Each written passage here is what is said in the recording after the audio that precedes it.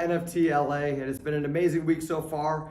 We have Tiffany from Magic Eden here, and we're super excited to chat about, the week, what's happened with Magic Eden, and just kind of dive into it. So let's start with your story, kind of what brought you into Web3 and how'd you get involved with Magic Eden? Yeah, first of all, thanks for having me. Of course. Yeah, it's been a long but short amount of time. That's kind of how the space works. Yeah, I used to live in LA before I joined Magic Eden, and I think being back here makes me remember the person I was before I joined Web3, and it's unrecognizable at this point. So it's like a whole lifetime, right? A small amount of time. Exactly. The lifestyle even is just so different. But yeah, I joined Magic Eden in early October, so I was the second hire at the largest and fastest growing NFT marketplace on Solana, Magic Eden. And my story is pretty atypical. So I'm Taiwanese American, and I grew up across the states in Taiwan. I started working in Chicago, and I did a bunch of stuff. I was first in management consulting, and I unceremoniously was laid off from my first job. And so when I was 22, I was like, oh my God, I don't know what I'm gonna do with my life. This is horrible. Oh, what a tragedy. Yeah, quarter life crisis. And then after that, I always promised myself that I would do the things that I wanted to do instead of trying to live up to other expectations. And so that led me into design. And then when I was 25, I wanted to work in Asia because I'd only been in Asia as a kid. And so I found a job in Hong Kong. I worked for Marriott for 5 years, and I did operations, I did marketing, and eventually at the end of 2020, I moved back to the States. So at the time in Hong Kong, I was managing marketing for all of Asia's non-luxury portfolio. Moved back to the States for personal reasons, but long story short, just really felt like a lot of the ownership that I loved having in Asia and the responsibilities that I had kind of got stripped down in a very remote working environment. And I kind of just quit cold turkey in September. I put in my resignation in September of 2021 without much of a plan. And a couple days later, I got recruited into Magic Eden, literally 3 days later. So, yeah. It seems like it's meant to be. Yeah. No, it's really funny how, when you're in these corporate jobs, for whatever reason, they cast this voodoo spell on you where you feel like you're not able to do, you feel like you need that job. You feel kind of trapped. I lived in that world too for a couple of years. You kind of feel yourself. Not allowed to do the things you want to do. You're always like, can I do this? It's you're asking for permission you're seeking more. Permission. And it's so weird because we're humans, we're free, we can just do what we want. So that's cool that you got to that freedom point. Yeah, absolutely. So I mean, I had the luxury of having saved money, and so there was a lot of security there. So when Magic Eden, so 3 days after I quit, this woman who I got laid off with together, her name is Katie, and she's also at Magic Eden. She was like, hey, you should help us. And so 30 minutes after our second call, I got access to email and literally just never stopped working. So, that's incredible. Yeah. So did you get hired by Magic Eden even before you dove into NFTs yourself? Or yeah. So it was Magic Eden then NFTs. So I knew what NFTs were because I read about them. I was like, oh, this is cool. So the reason I joined is because in another life, I love to write. So nice. I love to do creative writing. I spent a lot of 2021 doing these writing programs and these workshops, and the reason I was fascinated by NFTs was because I thought this is a better way of monetizing my writing, which hasn't happened yet because I've been busy doing stuff for Magic Eden. But check out her writing. Yeah, I always thought I really approached it from the perspective of a creator. And that actually informed a lot of the way, we think about, marketing. It's everything we do is in service of the person who's actually creating a collection. So, I think it's been a crazy ride. That's amazing. And I think that's awesome. And I think that's a lot of the reasons why many people are getting into the space is that finally the abundance goes back to the creator. Because for so long, whether it's artists or musicians or anyone, usually they get the short end of the stick. So for the first time, it's wow, these creators can actually make something of their work. Yeah. So that's so cool that you got in that way, but kind of the reverse way, though, first through Magic Eden and then kind of seeing the bigger picture of it. So I think that's awesome. Curious kind of what is it that you love about the culture of Magic Eden, or even just what they're creating in the community that's better, I guess, that you think is different than what other people are doing in the space? Yeah, sure. So at Magic Eden, we have this phrase called lunatics only. And I think it was penned by our first ever employee. His name is Charper Monkey. And the way you actually onboard into Magic Eden as like, you know, a member of the team is everybody goes through a 4-day work trial. I actually went through like several weeks of work trial. I started working without any promise of contract or anything. Just like flew over to Katie's apartment and grinded. You're just like, I'm doing this. This is what's grinded. happening. This is going down right now. And like negotiated pay like at dinner one day. After you showed what you can do, you're like, this is my stuff.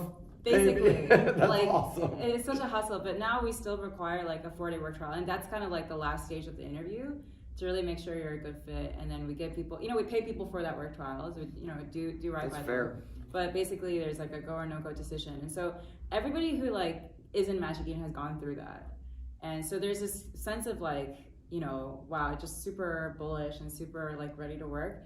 And these people are just insane. Like we've got over 60 people. We're fully remote, but we'll most likely start an office in San Francisco like later this year. Nice. And like, you know, we started forcing people to take time off by instituting like a day off, like a long weekends several times a month.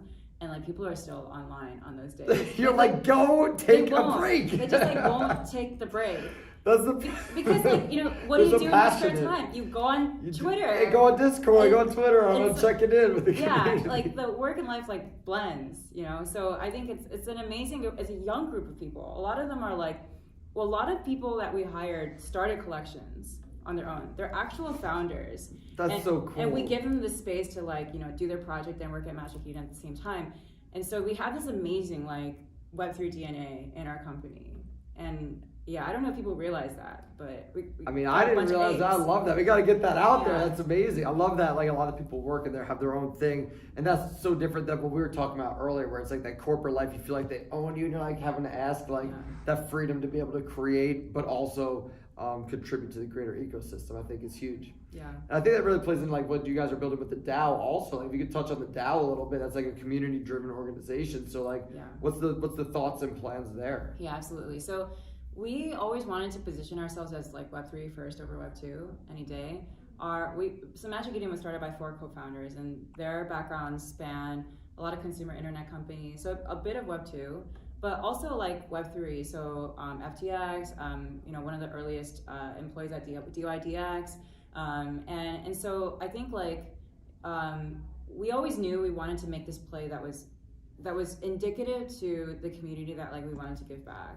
Right. And we created this NFT collection called the Magic Ticket, and that is our way of kind of like dipping our toes into figuring out how we can like, you know, offer value back to our holders. So there are 3 levels of the Magic Ticket. There is a normie, there's a degen, and then there's OGs. And we airdrop these tickets to people who had transacted in the prior month and connected their socials, their Discord, because we use our own verification bot, and then their email.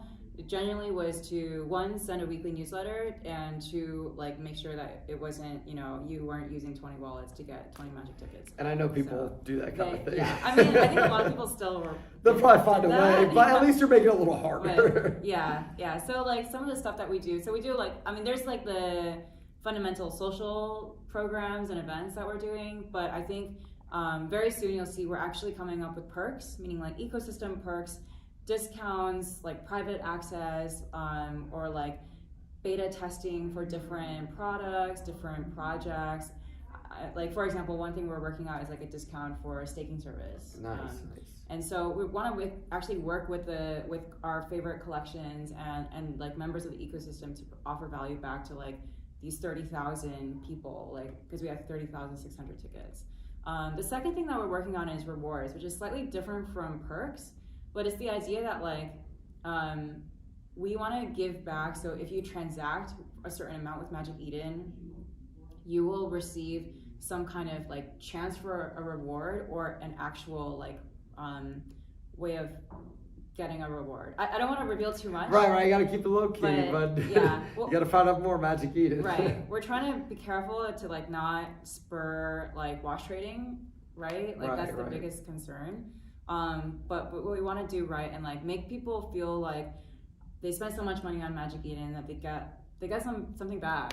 So that's huge. That will come in like less than a month. So what about, is there a way for people to get in that maybe they are like, they haven't been transacting on Magic Eden, they're just hearing about it now, they're like, I really love what they're building, I want to get involved. Could someone get in without having been active in the past? Yeah, Is there a way I people... mean, just buy a Magic ticket.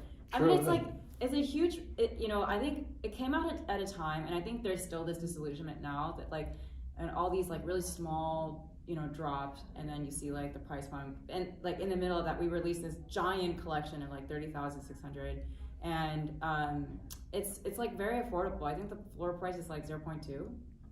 It's like it's $20. Yeah, so you could definitely swing that. yeah, like you can just pick one off the floor. I think that's a great barrier to entry. Like that's something I love about Magic Eden. It's like a lower barrier to entry for people who are interested in the space and interested in learning versus like OpenSea.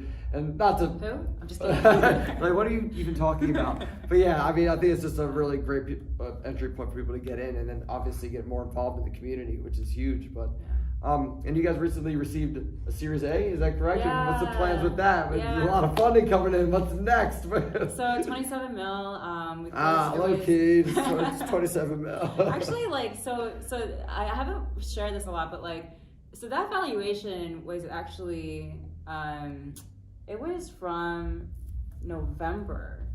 Like actually it was around NFT MIC.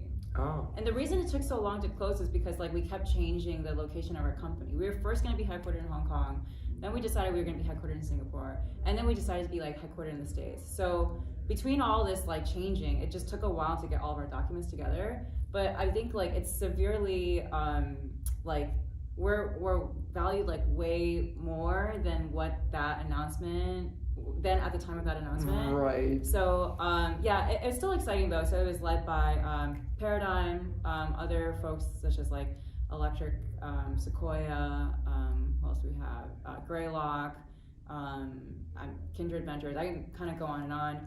But I think without saying too much, like we're always seeking to grow, and that probably won't be the last time. Yeah. This is just the beginning, right? I'll just end it there. Yeah, what is that?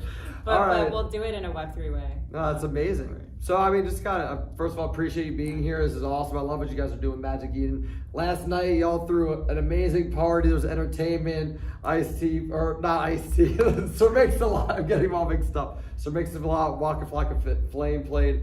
What are your plans for NFT LA week? I mean, between Magic Eden and just yourself, like, what are you excited about this week, and what are y'all looking to get out of it? Dude, it's like, I just want to meet people. I think LA is amazing for entertainment, for partners, for brands, and everyone's really hungry to get into NFTs, but very few people know exactly what they want to do. And we, as someone who, our business has two parts, right? We have Launchpad, which is primary issuance, the minting, and then like secondary core marketplace. Right. As like a marketplace that has spanned the entire thing, right? Like we have some pretty good ideas about what hits and what doesn't hit. And so I think like, looking forward to meeting partners and hearing about their ideas and providing our feedback. Solana is in such a great position right now because it's, the NFT ecosystem has grown a lot, right? They first started I think the very first collection on NFT had their first birthday like this week. They're called Creatures, yeah. But Solana NFTs as a whole really didn't start heating up until like August, which is what people dubbed Solana Summer. So I think like as that ecosystem continues to heat up, Solana is a very approachable chain, low transaction costs, high transaction speeds, and it's set up differently than like other blockchains, but for NFTs it's really exciting. Absolutely. So where can people find out more if they want to learn more or they want to get involved? Where should they go to? Plug. So, plug it in. You can follow us on Twitter at Magic Eden, Twitter at Magic Eden, Instagram at Magic Eden _NFT. What else we got? Discord is discord.gg/Magic Eden. And our site is magiceden.io, which is very important. A lot of people go to the site. Yeah, there are like a lot of scam sites. Not right? .com. Dude, magiceden.com redirects to Binance. You got to Binance bought magiceden.com. Super savage. Yo, yeah. You're gonna be like, let me buy it back. That's crazy.